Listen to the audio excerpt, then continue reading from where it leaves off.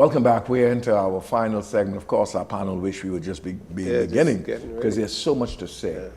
But just before the break, we were talking about how are we going to get this done? We're saying the same thing over and over, year in, year out.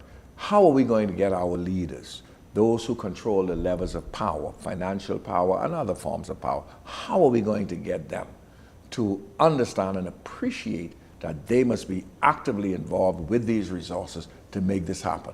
And that's a good point to start talking about the conference. Farmers Against Crime had a conference last week that all of you were a part of, an integral part of. Excellent conference. Excellent. And we're going to discuss the conference in a little while, but the thing is, the one point I would like to make, coming out of that conference, I was amazed at the admission of seasoned professional, people highly regarded, well-informed, well-educated, who said, I learned so much. Mm-hmm. And now they are more motivated. Somebody has said to us, look, let's go to the Family Islands. They didn't say take it, they say let's go. Mm-hmm. So now they are motivated to doing something about it. So that answers your question, Freddie. When sufficient people are informed, educated, yes, motivated especially, and be prepared to act, that's where the difference comes in. Let's start with you, with the conference. Well, the conference, I found it very informative. My wife and I attended, and we were there for the full day. Full day, I saw that, I saw that. We enjoyed it, and we thought we had a good deal because we had a good meal. Yes. And but the conference gave me a lot of information, and the networking for those who were there, and what it showed that there are so many areas that need to come together in order to create the solution. The house, the home, the civic groups, that's right, the church, the schools, everybody, the government, all the fraternal organizations, all need to be on board. I said at the beginning, we're at a crisis. If we're in a crisis, we have to get out with all hands on deck. Mm-hmm.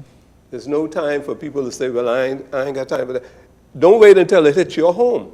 A lot of us wait until it hit our home. But of course. You know, they say, man, that's them over there, that's not me. But we have to see it as our problem. And when we see it as our problem, we'd all get involved. I found it very encouraging when I attended the conference. Like I said, the information was very relevant, current, and as we experienced that incident with the police officer, I think we even mentioned at the top of the program, mm-hmm. You know, we really need to do something about what's going on in our country. I know that I want to tell you something about a group that I'm involved with. It's called Lend a Hand Bahamas. Now, this is an NGO and a nonprofit, of course. We have come together. We didn't seek support from the government per se, mm-hmm. even though they have offered support. And we would welcome any assistance, but we haven't gone after it. We decided we would get persons in the community, right. people who have assets, people who are able to assist us with funding. And we have been working. Right now, we have a community center on the way. If you pass through Lewis Street, mm-hmm. it's in just beyond the church. It's called Nora and Neville Dorsett Community Center. Mm-hmm. It's in honor of my parents. Great. What we have done, we're going to be opening that center to the community mm-hmm. next month, October the 20th. Wonderful. And that's for the children. Those same children I mentioned to you who need assistance, who need somebody to come and look after them. That's going to be right in the community, and they're going to be able to come. That's not a government center. Mm. That's a private center, but it's going to cater to the community. So this is something that's being done. We're not talking about this. That's right. This will be completed within the month. Mm. If people take that attitude that they're going to get involved, yes, put their money where their mouth is, like we say, then you'll see some things happening. Absolutely. But at the end of the day, a lot of what projects like that do is really the duty and responsibility of the state. It should be, but we're not waiting for them. No, of course not. You shouldn't wait. And the state, therefore, should participate in that without you having to wait for it. What about you? Well, I know you were actively involved in the conference. And by the way, this conference was on the abuse and exploitation of children. And the conference showed how abuse and exploitation of children contributes to a lot of our social and other problems in this society, including crime. Well, first of all, let me thank you as the lead person, organizer of the conference for inviting me to come and volunteer my services. And I found it profounding. The turnout was wonderful. You had all of the leaders in their field in that room, and they had so much to offer. But the one question we keep hearing, or the gaps we heard in the room, is you know this and we don't. Is this information from the police being forwarded, from the schools being forwarded to the police? What action is the police taking? Where are all the statistics? Do we know how many of our children go to school every day? Do we know the absentee figures? You know, we don't know if 50% of our children are attending school. At least, you know, it's not common knowledge. I'm sure the Ministry of Education probably has that statistics, and if it isn't there, you know, so even although we hear what is going on in that conference, we still need to formulate everything. That's right. So we could see exactly where our nation is at this time. And so we could move forward based on statistics, based on current information. And once we have that as our benchmark, then we know, hey, this crisis is coming from this area, or it's coming from that area. Because statistics show, like I heard from one of our institutions that out of, let's say if they have 30 children there, let's say 28 of them are there not because of you know, any committing crime a crime. Yes. They are there for behavioral problems. So our children are crying out for help. Okay, we have these safety nets, but obviously the safety nets are not sufficient. Well, I go with my Rotary Club to the homes, and the last time I've been there, I will not forget.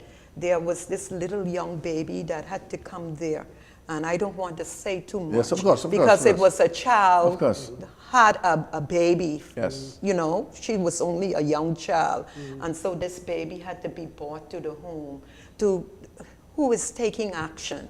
We heard the lady say that the police who reported on that area, she talked about several people who were charged because they were held against their will. Well, you're talking about trafficking of children. Let's call it what it is. Yes. Trafficking of children. The And same she gave a person report talked on about that. sex tourism with children in this country. Let's hit the nail on the Yes, head. and we found out that it was really real. Yes, and we are playing a blind that's right. eye to it because That's we right. are saying our tourist statistics is up. Yeah. But what And the are truth the is- tourists doing when they come here? Truth is, Freddie, We are finding out they are raping our young people. the truth They are is- molesting. the truth is, we do not have a plan for the orderly development of this society. Right. Those in power sometimes stay around too long and there's not an orderly plan. And then second, to give those who are behind an opportunity. Yeah. I'm so glad that I heard on the news this morning that the Prime Minister expects to introduce in Parliament next couple of weeks the bill to limit the terms of the Prime Minister. It's kind of ridiculous that in 50 or 4 or so years we've had 3 or what a prime. My point is, we must have an orderly secessionist plan. Right. We must not make the mistake that we see being made in political circles, even in the church. When a certain administration takes over, they get rid of all of the older people and they bring a lot of children. And the children cannot do the job. No. We're seeing that obviously now. So we must have an orderly plan of secession to move out those who have served and served in their time and move in others. That's our problem. Freddie. Let me speak to the subject of the symposium, like my other colleagues. I knew it was going to be a great symposium. As I said in my opening remarks, I had the pleasure of serving as the opening moderator. Yeah. but the time for talk is over. Over. See, that's my position. Yes, we know what the problem is. We've been echoing this for the past 30 years, CP, with you with Bahamas Against Crime for the last 20 plus years. Yes. We know we have a problem. The question is, what are we doing to address the problem? Not the symptoms of the problem, the manifestations of the That's right. problem, but rather the Correct it. problem. You know, the great Marcus Garvey had a statement to say, a people without their history is like a tree without roots. Yes. We have forgotten who we are, CB. You see, when I grew up, Brother Dorsett, my grandma, my mother, my father said, boy, don't you ever go and mess up your good name. Name. See, the Dorsett name was a name of prominence in this country. The Dean, the Mosses, the Munnings. Yes. Don't mess up, because I ain't coming down to no jailhouse to pull you out. Oh yeah, that's Stay the there. talk. So they gave me a sense of respect. And can I tell you, I'm too proud to rob you. Yes. I'm too proud to fool with rape some young girl. I'm too proud to do that. As a matter of fact, it's the other way around. I play hard to get. Could be No, my point is, man, you gotta have respect. Yes. in the closing moments of the And program. just let me finish with this point, CB. Unless we as a people understand the power of collective negotiation, instead of tearing each other down. If CB's doing a program, brother Dorsett ain't getting involved with that because who he think he I think is. he is. Huh? That's our problem, That's you a know, part that of our tribalism. problem, but it's more fundamental than that. And in the closing moments, just let me say, we have to learn to put our money where our mouth is. I have a radio program, and on Saturday past, somebody called and was complimenting us on the conference and blah. But I said, you know what it took to put that out? If everybody who benefited from it would set aside $20. Matter of fact, they want it for Real free. talk. You see, set aside $20. They want you to give it to them for free. So now what we are saying, Freddie, let's call a spade a spade. We coined a phrase, how it goes again? Fund the fight. You said it earlier. They expect the gladiators to go out there Shoot down. and you get mash up out there. That's right. Literally and figuratively. And then they reap the benefit. And what I'm saying is, fund the fight. People are calling for this conference to be replicated in our islands. They saw the benefit. But how is that going to happen?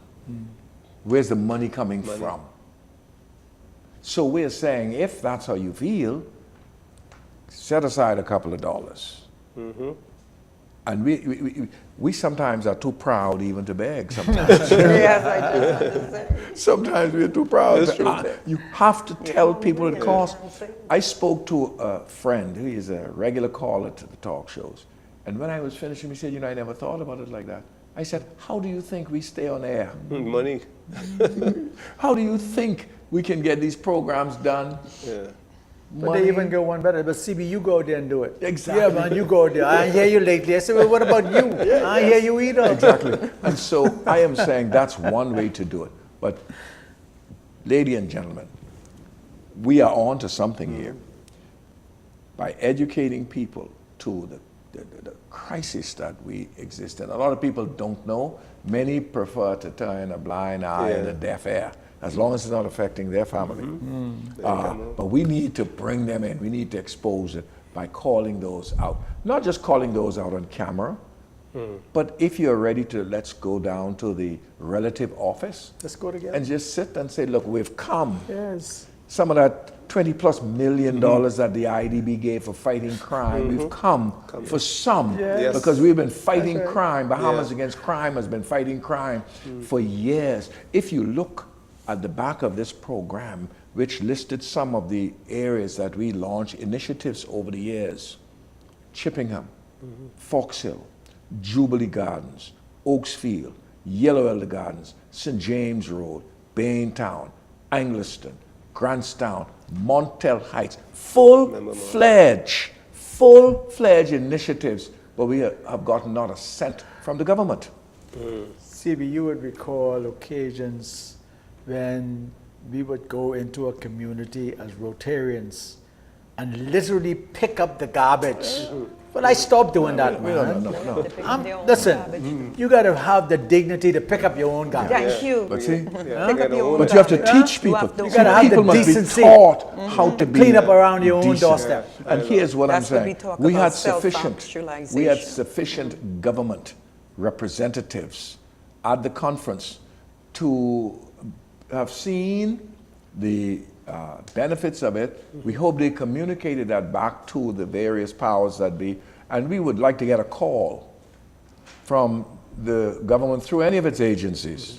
Doesn't have to be the Ministry of National Security. Any of its agencies say, we hear about the good work that Bahamas Against Crime is doing, and we have this fund. Now here's how you can access this fund. There must be transparency, accountability, list the benchmarks that must be attained, and let's get some funds into Bahamas Against Crime so that these initiatives launched in these 8 or 10 communities could be expanded. And if that had been done over the years, we perhaps wouldn't have been in the state that we're in now. Final closing comments.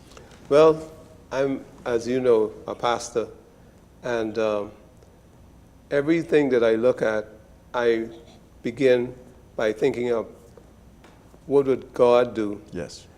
And this situation is a God situation. We have spiritual warfare going on in our country. The forces of evil against the forces of good and right. The Bible, I said earlier, if any man be in Christ, he's a new creature.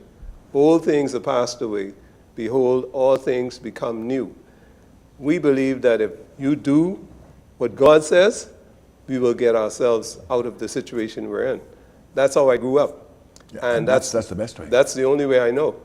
1 minute, Donnalee. Yes. I want to introduce a new coin of words here. It's called total transformation. And total transformation involves a series of things that we must do with our time, our talents, and so we need, and all the other ones that come into there with our bodies and everything. And so this is what total transformation is about. It must begin with me. I must totally transform myself. You must totally transform yourself.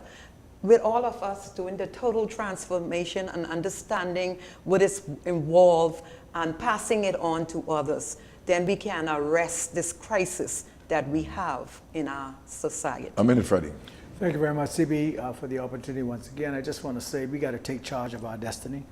I agree with the pastor, you know, that we must put our trust in God first, yes, but faith without works Amen. is dead. So we got to take charge of our nation. We got to build our nation for ourselves. Right. We cannot continuously look outward or to those who we are put in charge to represent us to take the responsibility of the build. We the people must build this nation with our own hands for our children and our children's children. Unless we decide to do that and have ownership, we're going to be right here 50 years from now talking about what could or should or would have happened. Supporting what Freddie said, I am going to close by putting it in more concrete, financially concrete terms. The nation has seen what we can do, what we have done over the years. And we are saying to the government, give us a call, 325-4357, and let us know. The Prime Minister said in the newspapers recently, war on crime. Well, Bahamas Against Crime has been saying for years, with the exception of the Royal Bahamas Police Force and the law enforcement agencies, there's no other agency better equipped to assist in the war against crime than Bahamas Against Crime. Give us some of the resources. Call us, 325-4357, and just in case they don't call, because sometimes they're late in calling, then we're asking you, the viewers, you, the mothers and fathers, you, the individuals out there, you call them and tell them, call us. That's the way this is going to work. And when they have done that, then you give your bit of donation. Ladies and gentlemen, we've come to the end of this program, and I'm sure that you want to hear more. Stay tuned. You're going to be seeing the video presentation of the conference. We're going to be showing it in stages, and you will see how powerful it was. But again, call the government, call the Minister of Finance, call the Prime Minister, tell them, send us some money. Let us help you fight crime. We are capable of doing it. And so until next week, and that's really begging. Fred, that's really begging. But we're not begging for their money. We are begging for the money that we should use to address this problem. Well, I don't want to put in a sense of begging because I'm involved. We want to partner with the government to address the problem. Yes. Fine. Call it what you will. That's Call the way it I what you look will. Well The said. truth is, call it what you will. The truth is, resources. You can't beg for what is yours. What is yours? That's what I'm saying. Resources need to be brought to bear. And having seen what was done on last week, oh man, you shouldn't need any more convincing of that. Ladies and gentlemen, until next week, we say good night. God bless you.